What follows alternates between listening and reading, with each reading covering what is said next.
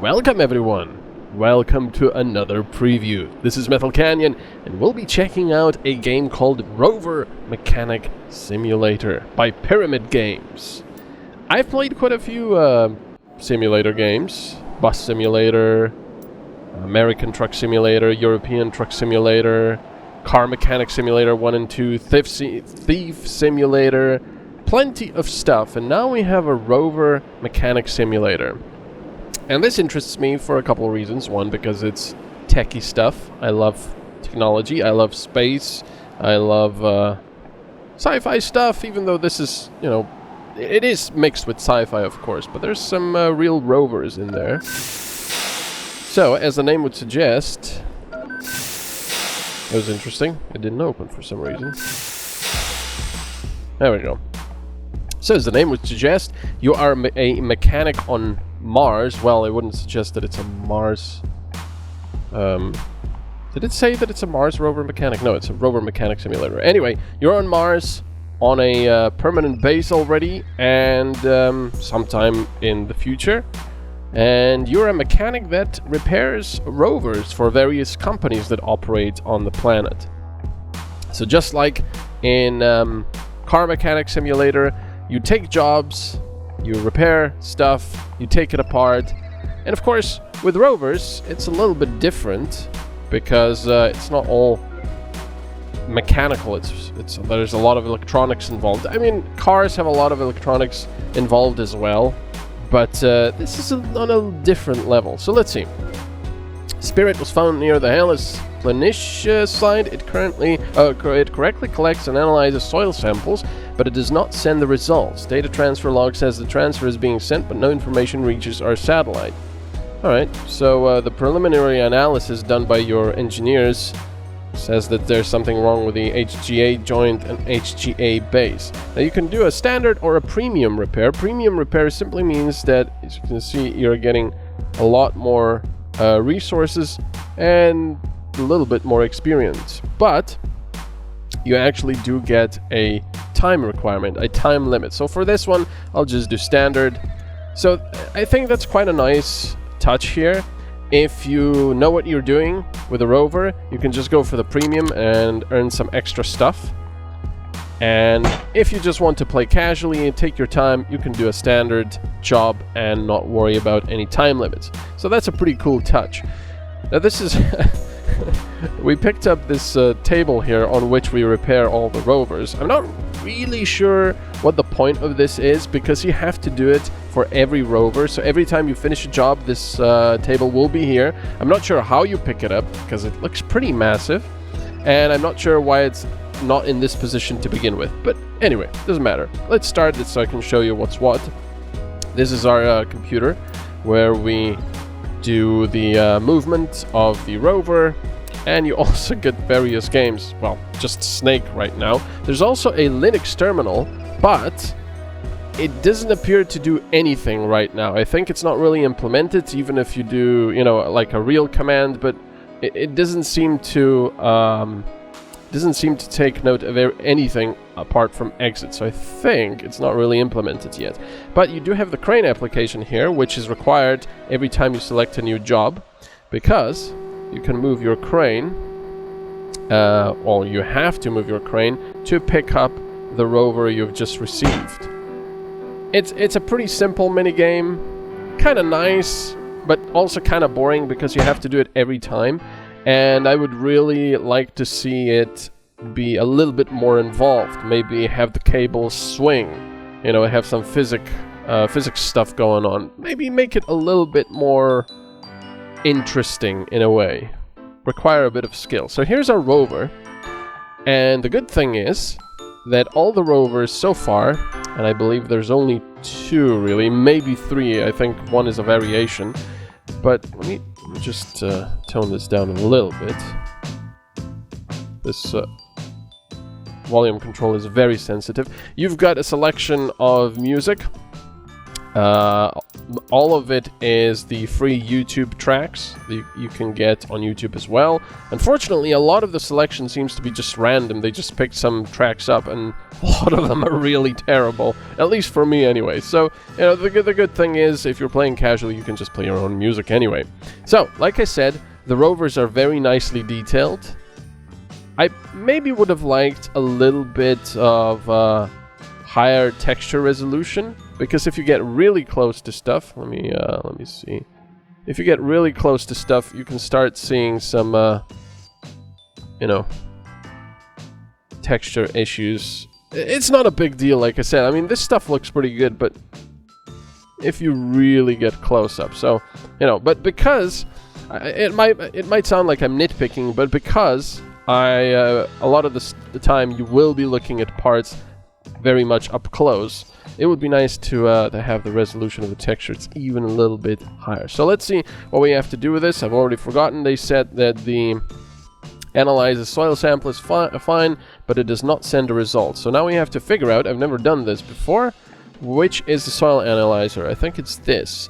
The Mars Rovers spectrometer, yeah, there we go, determines the composition and quantities of iron-bearing minerals in samples acquired by the rat. And the rat is this. So, this stuff works. So just like in Car Mechanic Simulator, you've got your Disassembly Mode, which is, you can select these by 1 to 3. Disassembly Mode, Assembly Mode, and then Inspection Mode. So, you can hover over stuff, hold down the right mouse button, and if the part is not dirty, it will tell you in what kind of a condition it is. So on the bottom right, you can see that all of these things are pretty much at 100%. What's that? Oh, the microscopic imager. Some of the stuff you cannot really look at, like the nuts and bolts and the cables. That stuff is not part of what you need to repair. So, let's see. There has to be something broken along the way, like a cable. See, this stuff, the solar arrays, the magnet arrays, that's dirty, so you don't really know what kind of condition it is in. So we'll have to figure that out as we go. What the heck would be wrong here? Never done this one before.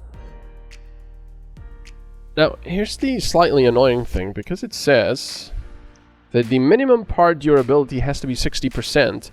You're not just expected to repair what they said is wrong. You have to make sure that all the parts are at least 60% or upward, which means that in order to see what kind of condition these solar panels are in, you will have to detach them and clean them. That's the only way you can actually see what kind of condition they are in. Now, this is slightly different than how it's done in car mechanic simulators, for example. Let me get rid of these hinges. So the mechanic is the same, where you click on something with the right mouse button that you wish, well, you click and hold, something that you wish to disassemble or assemble. But what is different is that usually, as you can already see, this game gives you a little magnifying tool. Now, with this one, it's not really required, but a lot of the times you'll be disassembling something that has a lot of connections. For example, it might have a lot of different cables running to it that you need to disconnect. So in that case, it's kind of nice having this magnifying tool, because it also moves your camera to where you can easily see that part. But on the other hand, it's kind of annoying, because once you know where the bolts and nuts are that you need to take apart, not to mention that, you know, they glow green, it just kind of wastes time. So for example, especially with stuff like this, where it's just one part that you're trying to take off, like this unhold folder, see, what's the point? The camera has to turn, zoom in slightly, then I have to left click. I can't just take the bolts out. I have to left click on the spot, wait for the camera to zoom in, then take the bolts out, and then wait for the camera to zoom out, remove that, zoom out a little bit more, and then reset.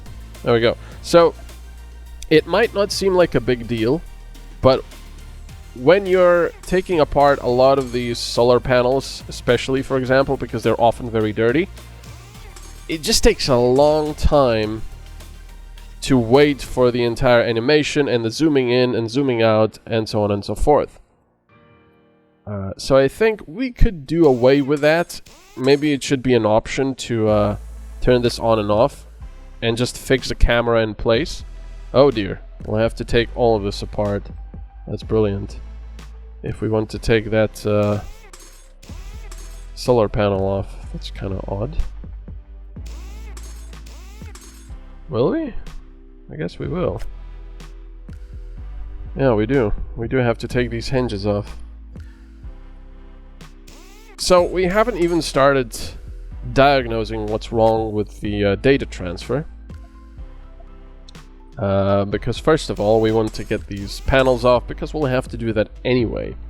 And then we'll have to figure out, because I've never done that before, we'll have to figure out if there's something wrong with the cables, which is unlikely, because I don't think, like I said before, the cables actually play a role in durability or, you know, damage. Maybe it's some kind of a computer system. See, all this stuff you cannot actually analyze because it doesn't play a role in here. I do have to say, oh, excuse me. I do have to say that the camera navigation is pretty nice. When you want to move the camera yourself. It doesn't fight you like it did, for example, in Thief Simulator, when you were disassembling things. That was really annoying. So let's see, if we wanted to take all of this off, yeah, we would need to take this off. But we know that all of this stuff is in very good condition. So, and even the preliminary analysis said this stuff works fine. So it's something with transfer of data. Did it say that the data was sent? Does not send the results. Data transfer log says the transfer is being sent, but no information reaches our satellite. Oh, a satellite! Okay, see. Reading comprehension 0. So, it should be the high gain antenna. The antenna that can send a beam of data in a specific direction. Steerable antenna is a power-saving solution, as the rover is not required to move while sending data. So, it should be something wrong with the antenna or some of its components. HGA joint, there we go. So, what probably happens is that the this is not actually being moved. So we'll take this apart. See, here we have to remove the connector, and here we have to remove the bolts. But what I would like to see... Oh, I cannot see the other ones. Oh, they forgot 2 of the bolts. I mean, 2 of the washers. Not washers. What are they called? Can't remember the English word for it. Never mind. So we're going to take this apart. And here's where a really cool thing happens. For example, in Car Mechanic Simulator, if you wanted to take apart the engine, you'd have quite a lot of parts to take apart. But here you've got sets, or what they call sets. So I'm taking this big thing out, and I've never disassembled these before, so I don't know if this is going to be the case. I think it will be. Is this motor? Okay. So we have to take the motor out as well. What do we have to take out first? The motor.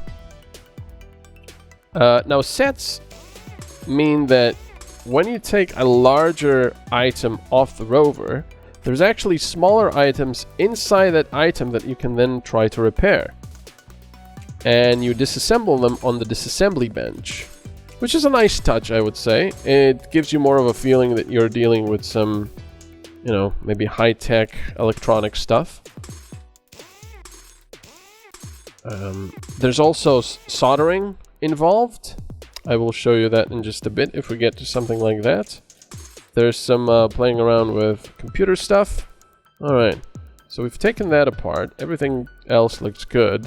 I'm not even going to be checking all of this. I usually like to check the cameras, the has cams and such, but yeah, I don't think there's anything else that's really broken on this thing. Let's just see the mast. Yeah, the cameras are fine. Oh yeah, the magnet array is also dirty, so let's take that off. It's a bit annoying that you cannot clean these on the rover. You have to disassemble it. Now with the magnet array, that's a trivial thing, but as you can see with the solar arrays, that's quite annoying because you have to disassemble everything and it takes time. So we go to our workbench and now we have an option of cleaning or repairing. Let's clean the solar arrays. Now, I'm usually not a huge fan of cleaning stuff in games, like in the tank simulator game where you restore tanks. It can get quite tedious cleaning everything. But here I have to say they didn't make it very annoying because you don't have to clean, like, you know, like if you have OCD, you don't have to clean every little bit of nook and cranny. You just do a couple of normal passes, one on the front and one on the back, and you should be fine. You just have to approach that 0% here on the dirt, and then the rest of the stuff will be deemed clean. So if you get stuff, oh, there we go. If you get stuck at a really low percent, you can just turn the item like this and go clean the edges, because that's usually what you forget or you don't get. But yeah, it's kind of satisfying. I kind of like this little minigame of cleaning stuff. Especially with these solar panels, because they look all nice and shiny once you're done with them. Like, there you go. So see, I wasn't really very careful there with how I was cleaning them, and I still got to 0%. And as soon as you hit 0%, the entire component is considered completely clean, and it also suddenly appears clean. You could probably see that as well. When it just goes whoosh, I'm clean. There, boop. All the edges go clean. So this is what you'll need to do every time if the components are dirty. Because like I said, that's the only way to know whether they are in good condition or not. There we go, didn't even have to do the other side. So what we can do now is go to our tablet, go to our warehouse, and now just click on all of these and press F. And that analyzes them for their durability. Oops. All of these solar arrays look good. That all looks good. And that looks good. So it wasn't really necessary to clean it, but, well, we had to anyway. So we've got the HGA base and HGA joint. Now, can I repair these? Let's see. No, I cannot. So we'll have to create new ones. For that purpose, we have the 3D printer here, which is a pretty nice touch because when you go to here, let's go to parts. I think this will be non-electronic. Yeah. I'm not really sure what the rules about them putting some stuff into the non-electronic section and some stuff into the electronic section, but I guess electronic stuff is all chips and capacitors and all of that stuff. So we need a base and a joint. So we'll make these two. They're quite expensive and they'll take about 2 minutes. Yeah, 1 minute for each. So this is a very fast 3D printer, and it's gonna print them out and put them over here into the receptacle bin. Why this is cool is because first, you require resources, which is in the top left, which is pretty much your money. And secondly, because it takes time. So if this was a timed mission, I would be making this, and while these 2 minutes are going, I can use them to attach the solar panels back on. So you have to take care of your time if you're doing a premium job. So it's usually a good idea to check what is broken quickly and start printing it if you cannot repair it.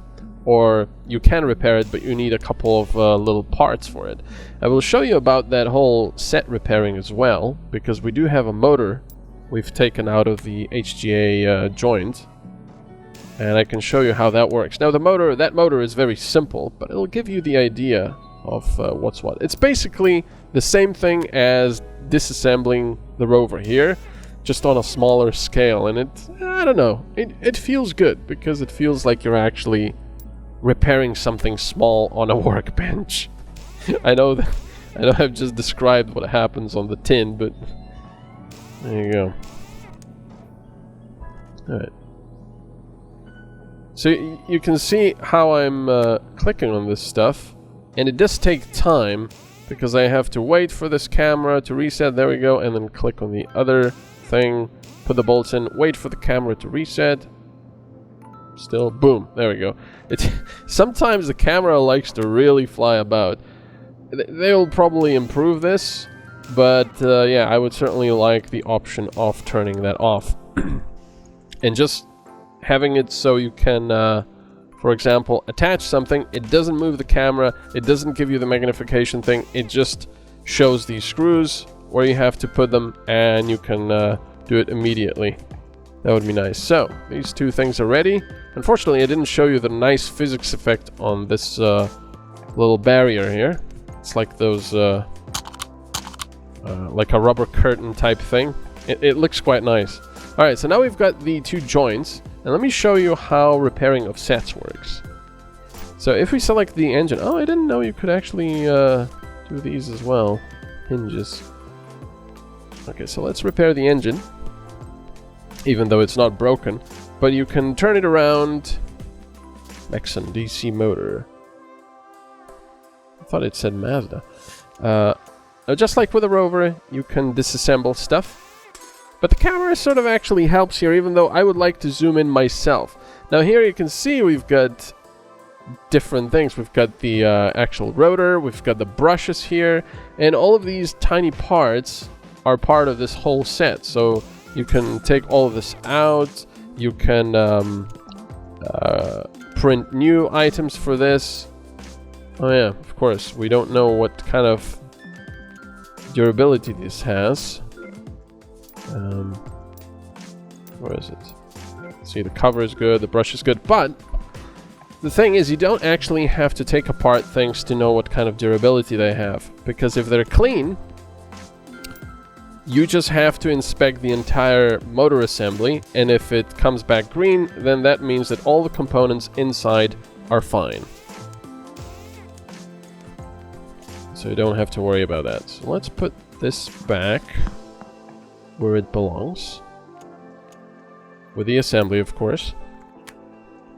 Putting all of these solar arrays is going to take a little bit of time.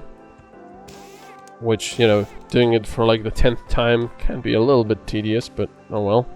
Especially all of these holders. Because it takes so long for the camera to show you what it can do. But don't get me wrong, this, let's put the magnet array here as well. This game is actually very satisfying in a way. And also I have to say, for what you would expect to be a budget game, it's actually really well made. I mean, the rovers are very nicely detailed. The textures, like I said, are quite very nice. I would like them to be even a little more higher resolution, but you know, that's nitpicking, I suppose. And yeah, they tried new things, especially because you also have soldering, like I said. Soldering, I cannot show you right now, but this is the soldering table where you repair electronic items. Unfortunately, when I first saw all of this, I don't know if it's a voltmeter or what it is, and I saw this, I was like, oh man, this is gonna be cool. Maybe I'll have to actually diagnose things. Unfortunately, no. It works like the rest. You inspect items, and if they come back red, you just take them off with a solder, and then make new ones. And that's pretty much it. It's, you know, it looks cool, it looks different, but mechanically it doesn't really work different to assembling and disassembling other parts, mechanical parts of the Rover. So I think maybe that's a little bit of a missed opportunity. I think what they could have really done to be a bit different still is actually give you the option of taking measurements, you know, with a voltmeter, and maybe have like a diagram. So here we're putting this new 3D printed HGA base down. Yeah, maybe give you the ability to actually take measurements and have a diagram of the PCB you're trying to repair. And, you know, just something simple. It doesn't have to be realistic and overly technical. Just something simple and like a puzzle to so you make sure that the voltage is correct and stuff like that. I think that would be awesome, because it would actually make you feel like you're figuring things out, you're diagnosing it, and then fixing it. Of course, you know, you don't have to actually figure out what kind of a capacitor you would need to put on, because the one you're taking off that was burnt out, it already says what kind of a capacitor it is. But yeah, I think that would be a kind of a cool thing. However, I don't think they're going to be doing that. So let's put this all back in. Oh yeah, another quite annoying thing I forgot to mention is with car mechanic simulator games, for example, when you have things to screw in. So like here, where I have several screws, what I could do is click and hold my right mouse button, then just hover over the rest of them, and they would be screwed in as long as I kept my mouse over them. Here, however, for some reason that's not possible. You have to click and hold on each of them, so you have to release the mouse button after each screw you put in. It doesn't sound like much, maybe, but it is very annoying. So I think that's that. Yeah, so now we've fixed the rover, hopefully. What we have to do now is reset the software. So we put in the remote configurator, which is connected to this computer here. Rover configurator. Now this is a puzzle where you have to basically take the power supply and you have to get the target voltage of 5, oh excuse me, to the output here. And you do that by connecting these things. I've never seen this one before. That's interesting. So what kind of voltage do we get? 3, 2, and -2, -1. So I could go over here. Oh yeah, I cannot even connect this. Okay. Yeah, we get a lot of connections here. So you just put the connections in. Come on. All of these puzzles are really simple, by the way. At the beginning I thought, oh no, I hate these mathematical puzzles. I'm not very good at them, but they're very simple. So, you know, this is maybe a little bit closer to what I would like for the PCB stuff. Not quite there. This is overly simplistic. Alright, so we'll do +3, +3, and then -1 here. Come on. There. So that's target voltage 5. Configuration has been completed, and now we can finish this job. If you didn't put all the items back on the rover, it'll tell you, but you can complete the order. Accept. There we go. And you get XP as well as resources.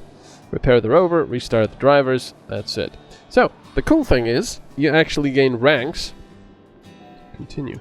Okay. You actually gain ranks, and you can put skill points into 3 different skill trees.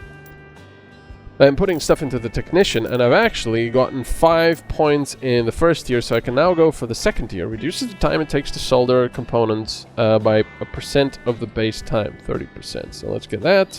There we go.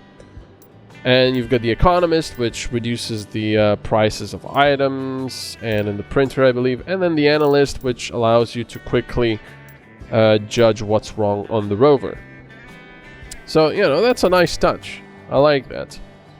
But like I said, right now, if we go here, you've got the vehicle model Spirit, Sojourner, and Opportunity.